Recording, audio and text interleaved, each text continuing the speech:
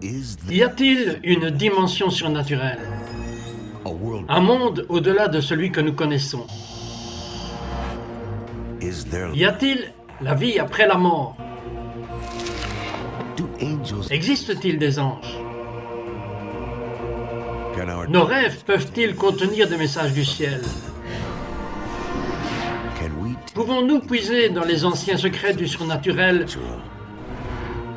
Nos miracles de guérison sont-ils réels? Sid Roth a passé plus de 35 ans à la recherche du monde étrange du surnaturel. Rejoignez Sid pour cette édition de C'est surnaturel. Sid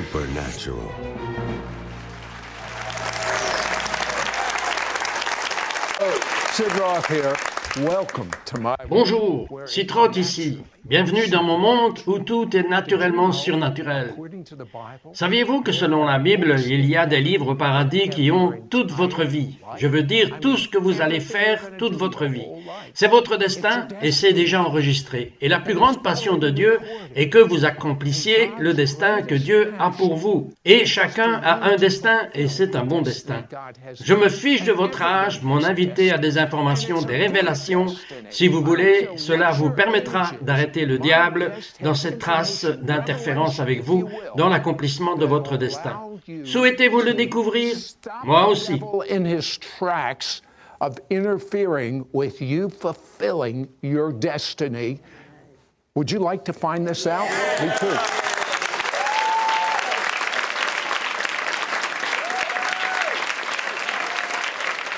Maintenant, mon invité est Robert Anderson. Et il a déjà été invité et il parle d'aller au tribunal du ciel. Pourriez-vous décrire brièvement cela? Je crois qu'il y a une dimension spirituelle appelée les cours du ciel. En Daniel 7, verset 10, il est dit « La cour était assise et les livres étaient ouverts ». Et je crois que ça s'appelle le troisième royaume de la prière. Parce que quand Jésus nous a enseigné la prière en Luc 11, il a dit que nous devrions nous approcher de Dieu comme père et ami. Mais ensuite, dans Luc 18, il ajouta « Approchez-le également en tant que juge ».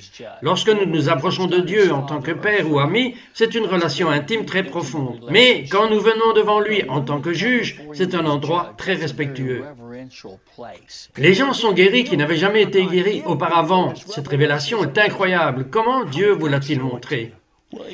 Eh bien ça vient de mon désespoir et de la nécessité. Au départ, j'avais un fils qui était depuis 2 ans dans la dépression et j'avais combattu en fait cette guerre sur le champ de bataille par la prière, par le dialogue, mais tout d'un coup le Seigneur m'a chuchoté et il a dit « Amène-le dans mes tribunaux ». Et quand j'ai fait cela, dans une compréhension limitée que j'avais à ce moment-là, selon Romains 8, verset 26, les voies bibliques, quand nous savons prier, ils nous aident. Et alors il a commencé à m'aider et il m'a guidé à travers le processus des cours du ciel. Et une semaine et demie plus tard, mon fils m'appelle et dit « Papa, je peux te parler ?» J'ai dit « Absolument ». Et il dit « Je ne sais pas ce qui s'est passé, mais il y a une semaine et demie, toute la dépression est partie et il était complètement libre. Complètement libre. » Vous entendez cela partout dans le monde, vraiment, de cette révélation, mais cette dernière me touche vraiment. Ça me touche vraiment, mais pour le comprendre, parlez-moi des livres dans le ciel. To understand it, tell me about the books in heaven. Oui, selon Daniel 7, verset 10, la Bible dit que la cour est assise ou passe commande, c'est prêt à procéder en session et les livres sont ouverts. Il y a beaucoup de livres au paradis. Il y a toutes sortes de livres, mais les principaux livres du ciel sont les livres du destin. Nous trouvons cela dans Psaume 139, 16, où David a dit « Toute ma substance, que je crois être l'ADN de qui nous sommes, a été écrite dans un livre et tous mes jours encore démodés, ils étaient tous écrits dans des livres avant le début du temps. Et ce que les gens ne comprennent pas est que nous devons atteindre notre destin divin pour le but ultime de Dieu à faire sur la terre. Quand nous avons tous le corps du Christ, c'est une symphonie. Oui, quand nous avons notre destin, il a son but. D'accord. Quel est le problème? Le problème est que l'ennemi utilise les choses légales dans le royaume des esprits pour nous empêcher d'obtenir notre destin. C'est pourquoi Daniel 7, verset 10 dit « La cour était assise et les livres sont ouverts ». Ça va prendre une activité dans la salle d'audience pour obtenir ce qu'il y a dans les livres étoffés dans la vraie vie pratique. Quelle est la stratégie principale du diable? Qu'est-ce qu'il utilise le plus? Il utilise des domaines de base pour travailler contre nous. Tout d'abord, dans Luc 22, verset 31, il est dit que Jésus a dit à Pierre, « Satan a le désir de t'avoir. » D'accord, ce mot « désir », cela signifie littéralement qu'il a exigé que vous soyez jugés. Satan avait donc conscience de ce qu'était le destin de Pierre et ce qu'il avait dans son livre, et il va utiliser un procès ou une question juridique devant les tribunaux pour lui refuser le droit d'avoir cela. En d'autres termes, il disait devant Dieu, « J'ai des preuves qui disqualifieraient Pierre de son destin. » Et Jésus devait savoir comment entrer dans les tribunaux, répondre à ces accusations, afin que Pierre puisse avoir ce que Dieu avait ordonné pour lui d'avoir. Quand il pourrait sortir du destin que Dieu avait pour lui, et il a fait la même chose pour nous tous. Vous expliquez qu'il y a une malédiction à travers la lignée. Si quelqu'un a une malédiction, donnez-moi quelques exemples de ce qui pourrait être une malédiction opérant dans leur vie. Give me some examples of what might be a tip-off there's a curse operating in their life. Eh bien, la première chose que je pense qu'une malédiction fait est que cela crée de mauvaises mentalités. En d'autres termes, nous pensons incorrectement sur nous-mêmes. Peut-être parce qu'il y a une malédiction de la pauvreté dans notre lignée familiale. Ils pensent avec une mentalité de pauvreté. Ils ne croient pas que Dieu veut les faire prospérer, ou il y a une maladie dans cette lignée, ou il y a une dépression dans cette lignée, ou il y a des problèmes de colère dans cette lignée. Ils façonnent et forment la façon dont nous voyons. Et donc, l'une des premières choses qu'une malédiction fait est qu'elle crée un état d'esprit, et quand cette malédiction est cassée ou est retirée, alors nous pouvons nous libérer de cette mauvaise pensée. Donnez-moi votre définition d'une malédiction. Eh bien, j'appelle une malédiction une force spirituelle qui sabotera notre avenir et notre succès. Je veux dire, je ne sais pas combien de fois où j'ai vécu cela dans ma vie avant de découvrir cela.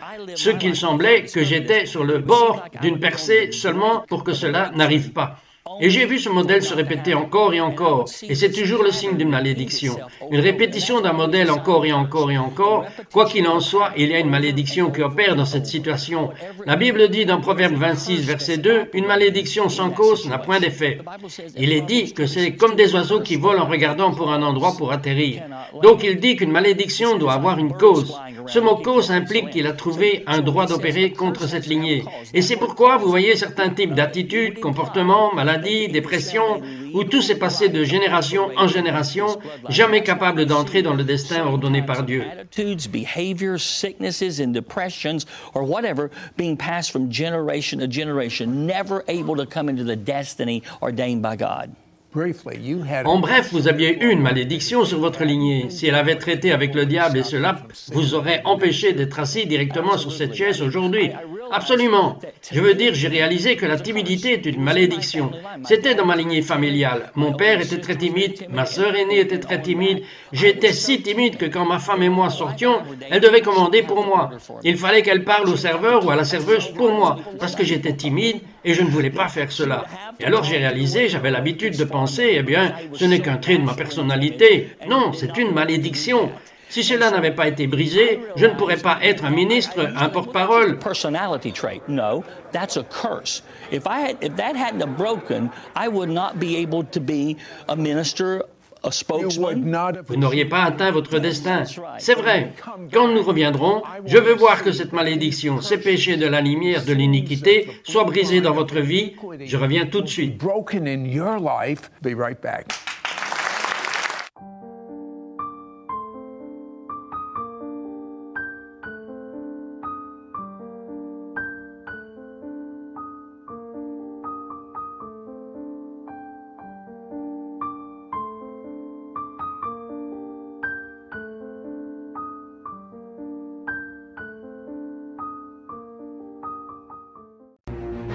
We now return to It's Supernatural. Maintenant, vous enseignez qu'il y a 4 effets majeurs d'inégalité, ces lignées de malédiction qui passent. Bloodline curses that pass down. Yes. Oui. Quand je commence à faire face à l'iniquité, je dis que l'iniquité fera 4 choses.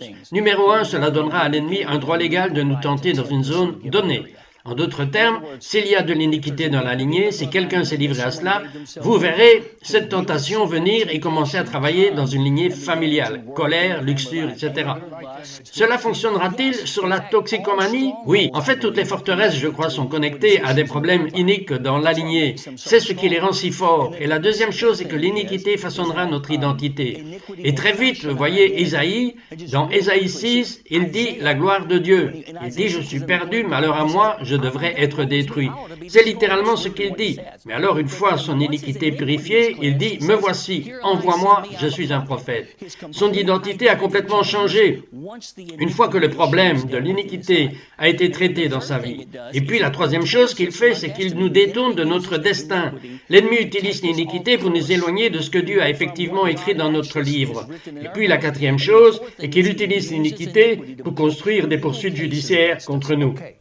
D'accord, vous dites qu'il y a une clé majeure pour annuler ces iniquités. To undo these iniquities. Oui, je crois que c'est la reconnaissance de la révélation. Je dis aux gens, quand vous regardez votre lignée familiale, vous devriez regarder vos parents, vous et vos frères et sœurs, et vos enfants. Vous verrez l'iniquité et les modèles iniques dans ces trois générations. You will see iniquitous patterns in those 3 generations. So you don't need a great. Vous n'avez pas besoin d'une grande révélation, vous avez juste à observer ce qu'il y a dans votre vie, dans votre famille. C'est vrai. Et dites, Seigneur, s'il y a autre chose. Vous avez été bouleversé par votre famille, au lieu de cela, ce sont des indices pour vous, et toute la famille pourrait être libre. C'est vrai. Ensuite, après avoir fait cela, tout ce que je sais faire, alors je dis, Seigneur, tout ce dont j'ai besoin, tu le sais. Veux-tu juste me le révéler? C'est ce qu'il a fait pour moi. Il a en fait apporté une révélation pour moi des problèmes que l'ennemi utiliserait légalement qui m'empêchaient d'entrer dans mon destin. Eh bien, que diriez-vous de quelqu'un qui dit « Une fois que je suis né de nouveau, toutes ces iniquités sont parties, fini. Vous n'avez aucune foi, Robert. » J'entends cela assez souvent, mais ce que je leur dis, c'est ceci. Quand Jésus est mort sur la croix, cela a été la plus grande transaction juridique de l'histoire. Voilà ce qu'était la croix. C'était un verdict rendu. Mais voici ce que je leur dis. Un verdict qui n'a pas été exécuté en place n'a pas de pouvoir. Et dans Jean, chapitre 16, la Bible dit « Quand le Saint-Esprit vient, il va convaincre le monde de jugement parce que le chef de ce monde est juge. » En d'autres termes, il va nous faire réaliser que quand Jésus est mort sur la croix, là-bas, était un verdict contre le diable. Mais c'est la puissance du Saint-Esprit qui nous permet d'exécuter ce verdict en place afin que nous puissions profiter de tout ce pourquoi Jésus est mort. C'est ce que nous faisons dans les tribunaux célestes. We get the benefit of everything Jesus died for. That's what we do in the courts of heaven. There's an interesting. Il y a une histoire intéressante que vous partagez sur votre arrière-grand-père. Vous avez rêvé de lui, vous ne le connaissiez pas ou vous ne savez rien de lui. Anything about him. Rien. Et vous voyez, j'étais dans une vraie période de frustration parce que depuis des décennies, j'avais vu briser des promesses dans ma vie. Les gens me promettaient des choses et ensuite ne les accomplissaient pas. Et encore, et plus de cela s'est produit et j'étais tellement frustré. Eh bien, au milieu de cela, j'ai fait un rêve et le Seigneur, dans le rêve, m'a dit que mon arrière-grand-père, à travers la négligence, avait blessé quelqu'un et qu'il y avait maintenant, comme le résultat de cela, un jugement contre moi. Alors, quand je me suis réveillé, j'ai immédiatement réalisé ce que disait le Seigneur. Il disait qu'il y a un verdict contre toi à la cour du ciel. L'ennemi a un cas contre toi en raison de la négligence de ton arrière-grand-père. Alors je devais partir et commencer à me repentir de ma négligence, la négligence de ma famille, mais surtout la négligence de mon arrière-grand-père. Et quand j'ai fait cela, tout d'un coup, une nouvelle version est arrivée. Un nouveau destin a commencé à venir à moi. En fait, le Seigneur m'a dit, il a dit, la négligence de ton arrière-grand-père a volé les rêves de quelqu'un d'autre. L'ennemi a utilisé cela comme un droit légal de voler tes rêves. As a legal right to steal your dreams away. All right, Si vous n'aviez pas fait ce rêve, auriez-vous pu vous débarrasser de cette iniquité? rid of that iniquity. I don't Je ne think so. pense pas. Je pense que dans ce cas, j'ai besoin de la révélation divine du Seigneur. Et vous priez pour cela? Je priais pour cela. Je disais, Seigneur, pourquoi est-ce que ce motif se répète dans ma vie? Et le Seigneur m'a donné ce rêve pour m'aider à savoir pourquoi. Give me that dream to help me know why. I can Je tell peux vous dire qu'il y a une liberté qui vient à vous. Il y a une réponse qui vous arrive et vous êtes sur le point d'accomplir votre destin. Je veux que Robert explique brièvement comment aller à la cour du ciel et se débarrasser légalement des accusations contre vous et ses iniquités. Je reviens tout de suite. you and those iniquities. Be right back.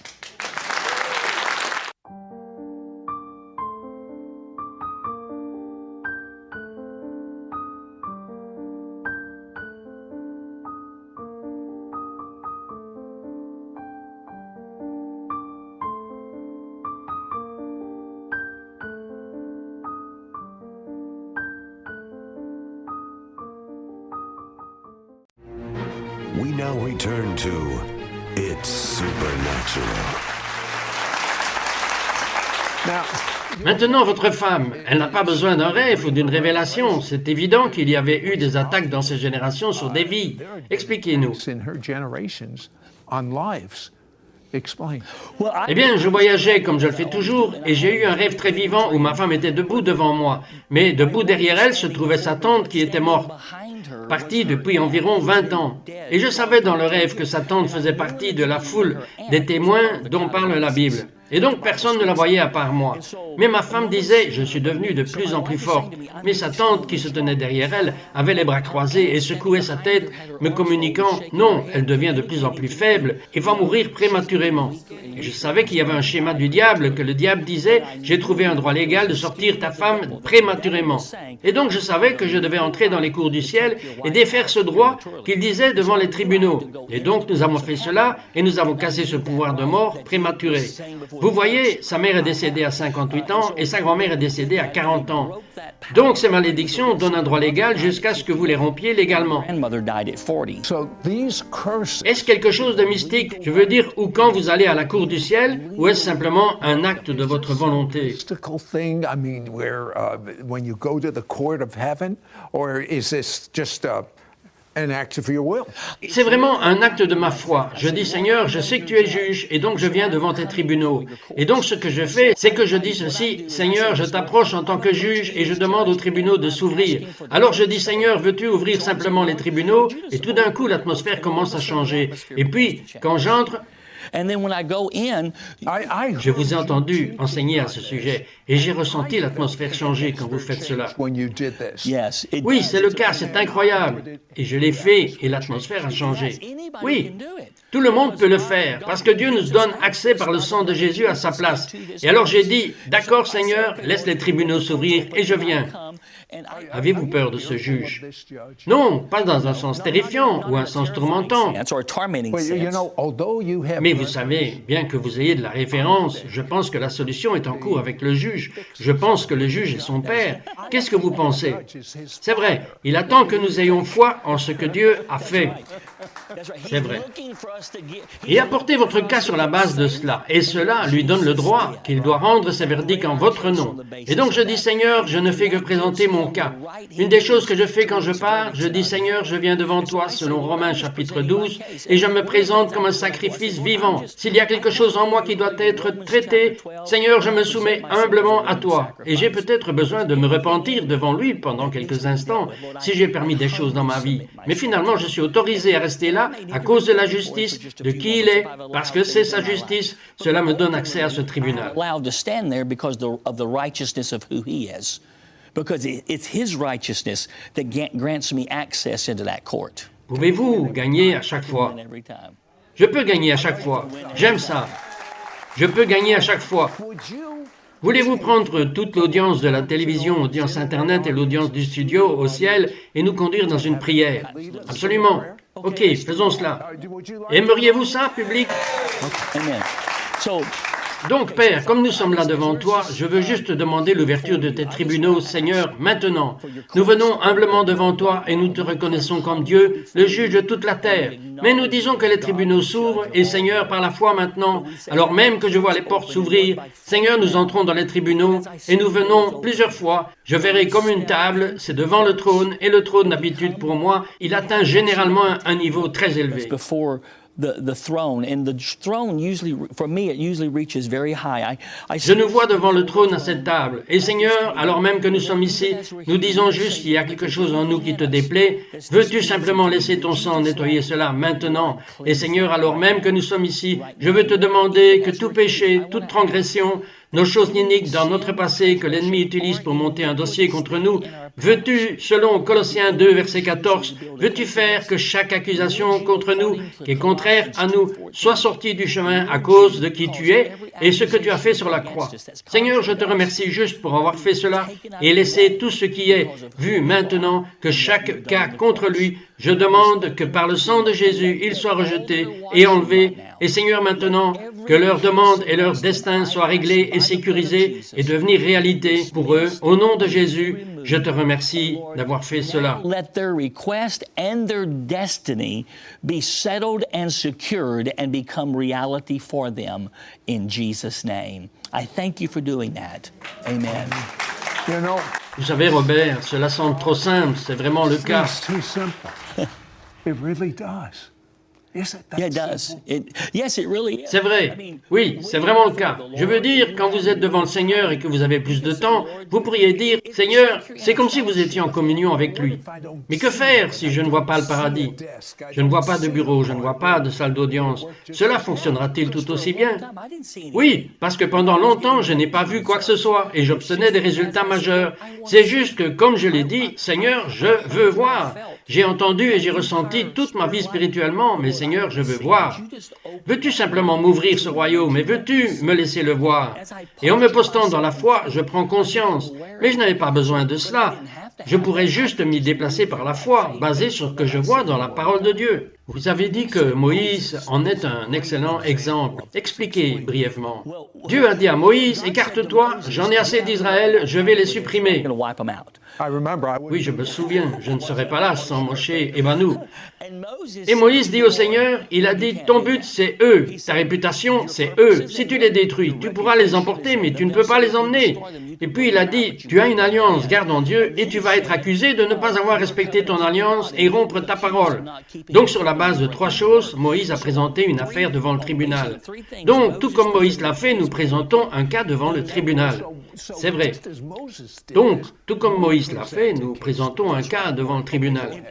Le cas de Moïse dans le tribunal était basé sur le but de Dieu, pas le besoin de quelqu'un.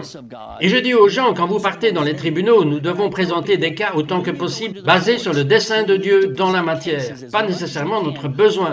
Nous pouvons venir devant le Père et amis sur nos genoux, mais quand nous sommes dans la cour, nous présenterons un cas basé sur les desseins de Dieu. Seigneur, que ton but est verrouillé dans cette personne, dans cet enfant, dans cette situation. in this child, in this situation. Donnez-moi un exemple. Quelqu'un est un enfant qui meurt. Que diriez-vous? Je dirais, Seigneur, cet enfant a un destin écrit dans les livres du ciel. Si cet enfant meurt, alors le but de cet enfant va être perdu.